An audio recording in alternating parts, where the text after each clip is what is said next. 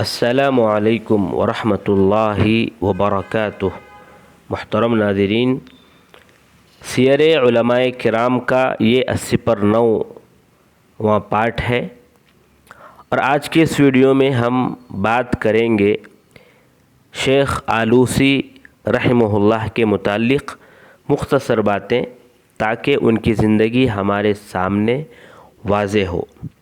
آپ کا مکمل نام محمود بن عبداللہ الحسینی الآلوسی، شہاب الدین لقب، ابو الثنا کنیت ہے۔ مفسر تھے، محدث تھے، ادیب تھے۔ بغداد میں 1802 میلاد کو پیدا ہوئے۔ وہ اپنی تفسیر کے مقدمے میں خود بیان کرتے ہیں کہ بچپن ہی سے قرآن کی گہرائی میں اترتے تھے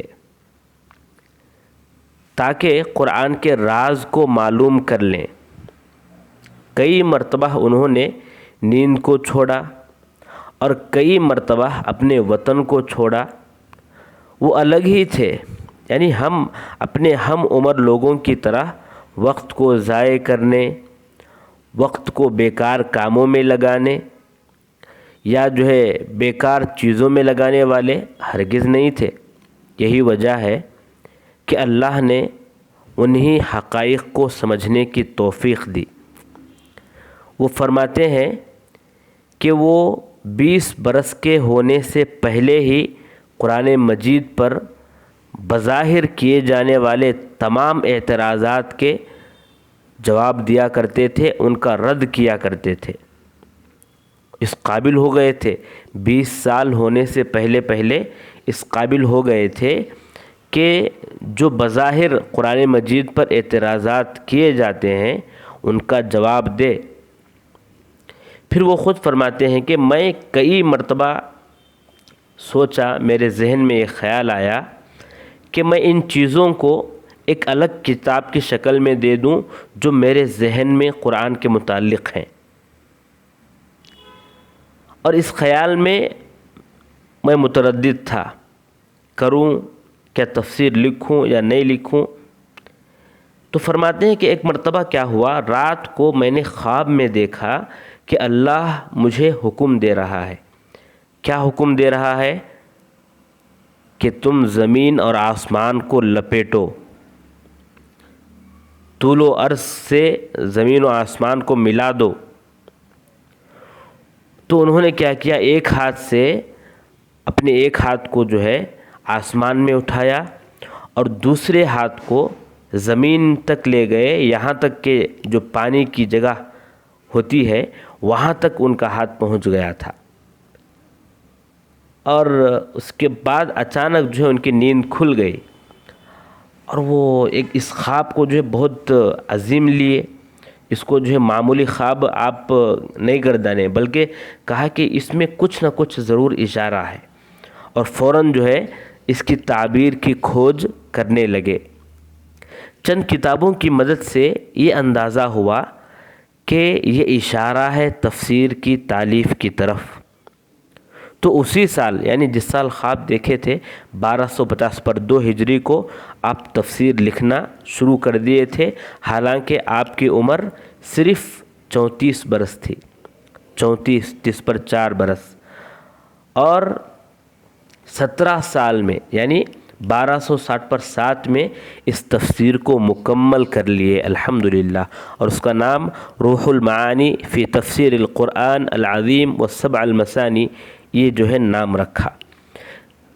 جیسا کہ میں نے کہا، تدریس اور تالیف کی ابتدا آپ بچپن ہی سے شروع کر دیے تھے، جبکہ آپ کی عمر 13 برس تھی، یعنی سب سے پہلی کتاب جو لکھے تھے آپ حاشیہ کے انداز میں لکھے تھے، تو اس وقت آپ کی عمر 13 برس تھی۔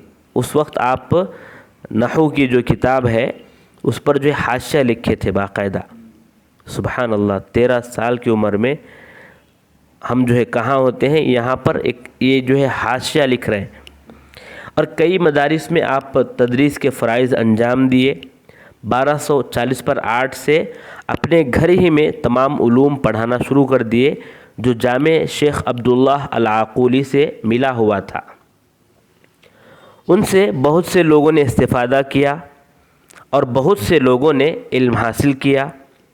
ان کا ایک حاشیہ تھا جو ابن ہشام رحمہ اللہ کی کتاب قطر الندی پر لکھا ہوا تھا، اور وہ اس وقت لکھے تھے جب کہ ان کی عمر 13 برس تھی۔ جیسا کہ ابھی میں نے کہا، تو ابن ہشام رحمہ اللہ کی کتاب قطر الندی پر 13 سال کی عمر میں آپ حاشیہ لکھ رہے ہیں۔ اب آئیے آپ کی چند خوبیوں کے بارے میں بات کرتے ہیں۔ شیخ آلوسی کی جو خوبیاں تھیں ان میں سب سے پہلی خوبی، شیخ آلوسی رحمہ اللہ اختلاف مذاہب کے جاننے والے تھے، ملل اور نحل سے واقف تھے، مذہب کے اعتبار سے شافعی تھے، لیکن بہت سے مسائل میں امام ابو حنیفہ رحمہ اللہ کی تقلید کیا کرتے تھے۔ پھر ہوتے ہوتے آخری عمر میں اجتہاد کو پسند کرنے لگے تھے، یعنی ہر چیز کو دلیل کے مطابق، تقلید نہیں بلکہ ہر چیز کی دلیل اس کو اپنایا کرتے تھے۔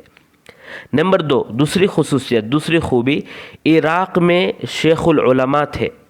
سبحان اللہ، شیخ العلماء عراق میں تھے، سلفی عقیدہ رکھنے والے تھے، مجتہد تھے، منقول اور معقول میں علامہ کہلانے لگے تھے۔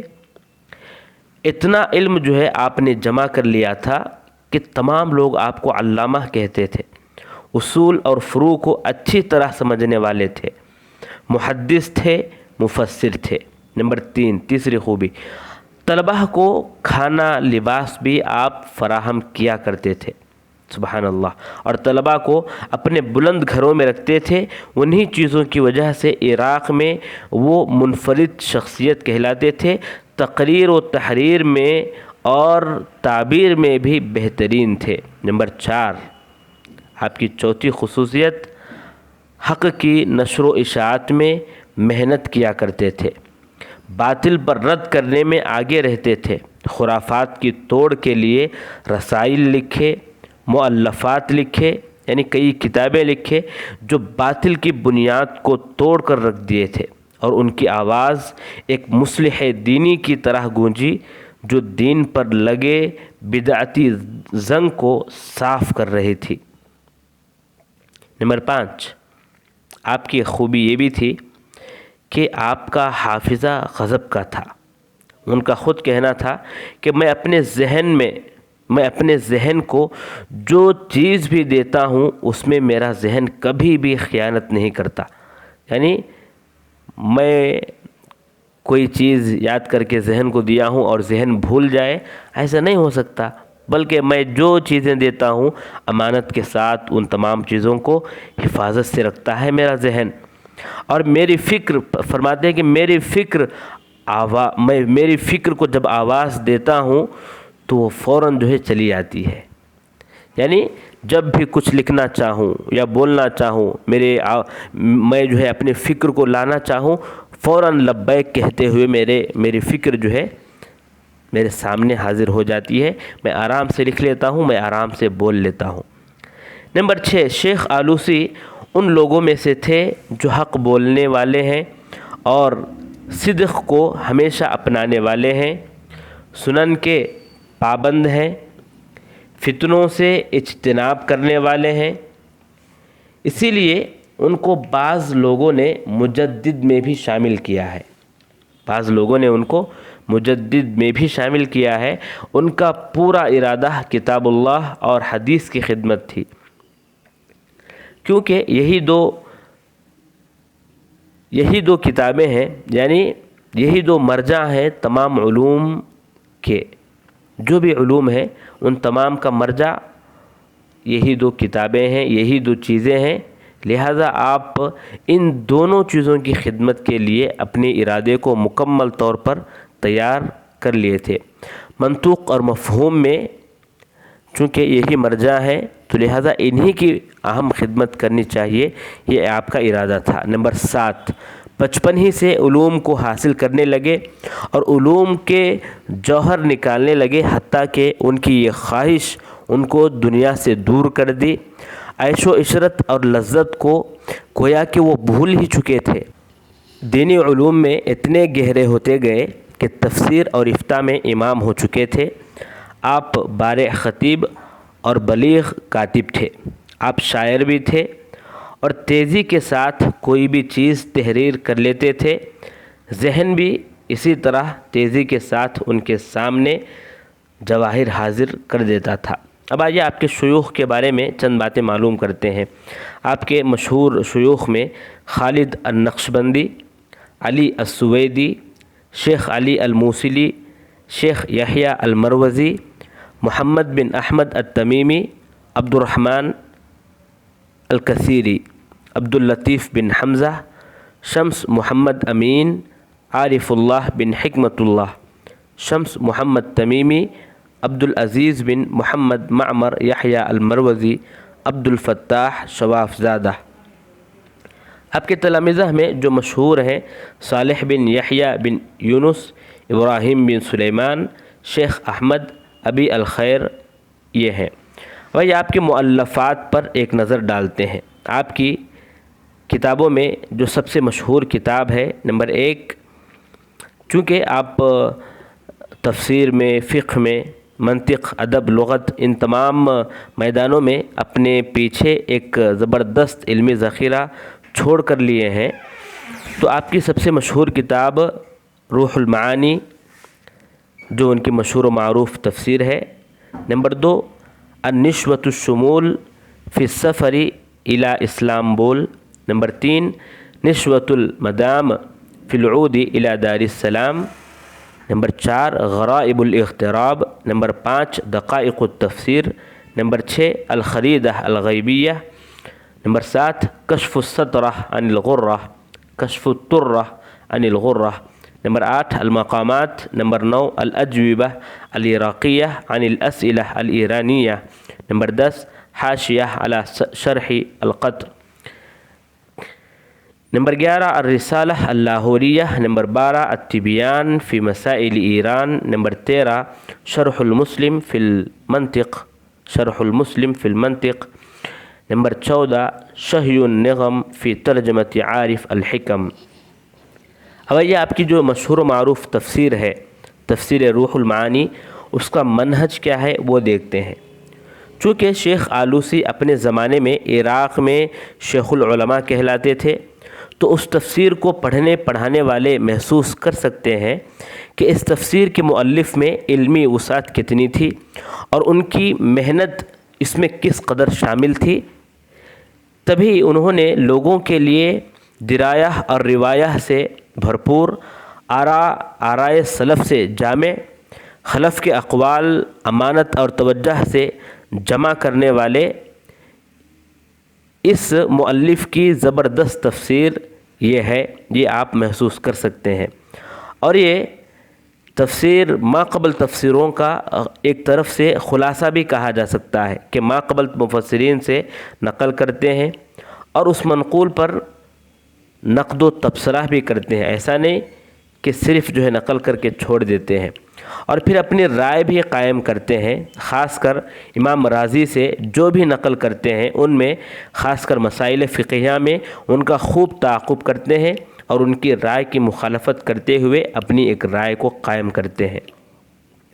اور اگر منقول شدہ چیز صحیح ہو تو اس کی تعریف و حمایت بھی جم کر کرتے ہیں۔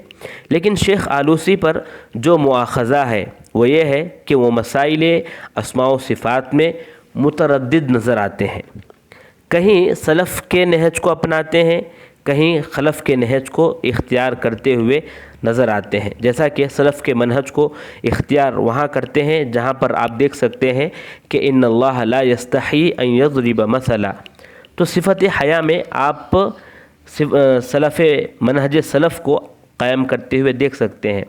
لیکن وہیں مذہب اشاعرہ کی طرف بھی آپ مائل نظر آتے ہیں، جیسا کہ آپ دیکھ سکتے ہیں منہم من کلم اللہ کی جو تفسیر ہے اس جگہ پر آپ صراحتاً دیکھ سکتے ہیں، اور کہیں صراحت کیے بغیر آگے بڑھ جاتے ہیں، جیسا کہ ید اللہ فوق ایدیہم، یہاں پر صراحت ہی نہیں کیے ہیں۔ کیا آخر وہ کیا کہنا چاہتے ہیں؟ کیا تعویل کر رہے ہیں یا تعویل نہیں کر رہے ہیں؟ یہاں پر صراحت ہی نہیں کیے ہیں۔ اور کہیں مذہب سلف اور مذہب خلف کو بیان کر کے خلف کو ترجیح دیتے نظر آتے ہیں، جیسا کہ الرحمن علی العرش استوى، اس میں آپ بخوبی دیکھ سکتے ہیں۔ یہی وجہ ہے کہ بعض نے اس تفسیر کو تفسیر معقول بھی کہا ہے۔ اسی طرح وہ اپنی تفسیر میں کوئی مسائل کو بہت زیادہ لاتے ہیں، یعنی اتنی لاتے ہیں کہ لگتا ہے کہ اب مسائل ہی میں جو ہے وقت ختم ہو جائے گا۔ اسی طرح نحوی مسائل جب بیان کرنا شروع کرتے ہیں تو بات بہت لمبی کر دیتے ہیں۔ البتہ فقہی مسائل میں مذاہب بیان کرتے ہیں، دلیل کے ساتھ راجح لیتے ہیں اور اس دلیل کے ساتھ راجح جو بات ہے اسی کو اپنا موقف بھی ٹھہراتے ہیں۔ اسی طرح جب اسرائیلی روایات بیان کرتے ہیں تو اس کا نقد بھی کرتے ہیں اور یہ بھی کہتے ہیں، یعنی بعض جگہ یہ بھی کہتے نظر آتے ہیں کہ تعجب اس بات پر نہیں کہ جس نے اس حدیث کو گھڑا ہے، بلکہ تعجب اس بات پر ہے کہ جس نے اس کو علم حدیث میں شامل کیا ہے، اپنی کتابوں میں ذکر کیا ہے۔ یہ جو ہے آپ کا نقد خاص کر ہوا کرتا ہے تفسیری روایات کی جگہوں پر۔ دیگر مفسرین کی طرح قرائت بیان کرتے ہیں، متواتر اور غیر متواتر دونوں بیان کرتے ہیں، لیکن تنبیہ کر دیتے ہیں۔ اور شیخ آلوسی اپنی تفسیر میں تفسیر اشاری کی طرف بھی مائل نظر آتے ہیں۔ تفسیر اشاری یعنی آیت کی مکمل تفسیر کرنے کے بعد اس آیت سے ایسی چیز کا اشارہ کرتے ہیں جو بظاہر لگتا نہیں، بظاہر نظر نہیں آتا ہے، لیکن اس آیت سے جو ہے اس کی طرف اشارہ کرتے ہیں۔ تو اسی لیے ان کے بعض یہ مقبول ہیں اور بعض جو ہے مردود ہیں، جن کو لوگ مانتے بھی نہیں اور اس کو اٹھا کر پھینک بھی دیتے ہیں۔ خیر جو بھی ہو، ان کی تفسیر نافع ہے، اچھی تفسیر ہے، جامع ہے، جس میں ماقبل مفسرین کی باتیں بھی جمع ہیں، بلکہ تمام کا خلاصہ ہے یہ بھی کہہ سکتے ہیں۔ اور آزاد تنقید کے لیے یہ تفسیر ممتاز ہے، دلیل کے اعتبار سے ترجیح کے لیے یہ تفسیر ممتاز ہے۔ ان کی تفسیر کو ضرور پڑھیں، لیکن جہاں اخطاء ہیں وہاں ضرور متنبہ ہو جائیں، دوسروں کو بھی ہم تنبیہ کریں۔ جیسا کہ آخری بات کریں، آپ کا انتقال 1270 ہجری کو ہوا۔ انا للہ و انا الیہ راجعون۔ اللہ سے دعا ہے اللہ تبارک و تعالی آپ کی خدمات کو قبول فرمائے اور جنت الفردوس میں جگہ عطا فرمائے، آمین یا رب العالمین۔